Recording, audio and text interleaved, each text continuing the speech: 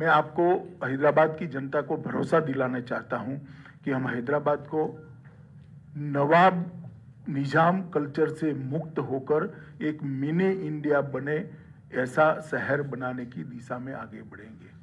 निजाम culture को त्याग कर एक आधुनिक शहर बने, इस प्रकार का हम हैदराबाद को बनाएंगे।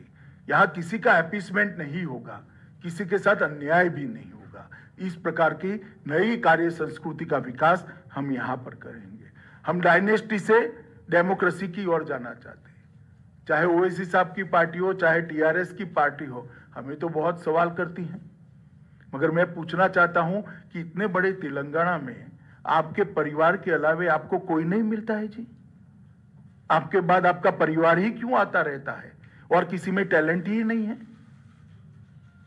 हम डायनेस्टी से डेमोक्रेसी की ओर देश के लोकतंत्र को ले जाना चाहते हैं, हैदराबाद और तेलंगाना को ले जाना, भ्रष्टाचार से पारदर्शिता की ओर ले जाना चाहते हैं। भ्रष्टाचार सारी सीमाएं लांघ गया।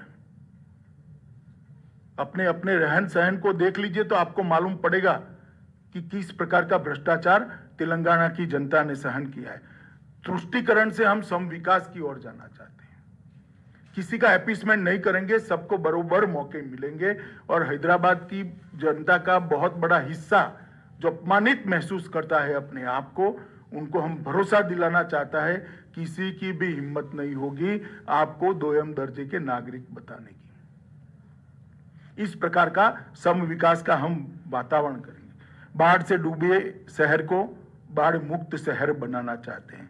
और मैं एक सवाल फिर से श्रीमान चंद्रशेखर राव जी से पूछना चाहता हूं, ये मजलिस के साथ आप जो समझौता करते हो, इसमें हमें कोई आपत्ति नहीं है।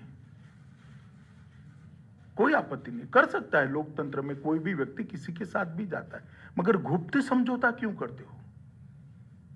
इतनी हिम्मत क्यों नहीं है कि मजलिस के साथ खुलेआम सीट शेयरिंग कर कर लड़े? एक कमरे के अंदर इलू इलू कर कर आप सीटें बांटते हो। सार्वजनिक रूप से हैदराबाद की जनता के सामने अभी भी प्रचार में 1 घंटा बाकी कह दीजिए कि हाँ हमारा मजलिस के साथ समझौता है।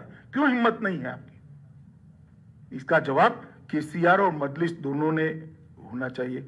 और मित्रों, मैं मानता हूं कि आज सरदार पटेल के कारण ही ये हमारा तेलंगाना यहां से लेकर मराठावाड़ा तक और हैदराबाद भारत के साथ जुड़ा हुआ है।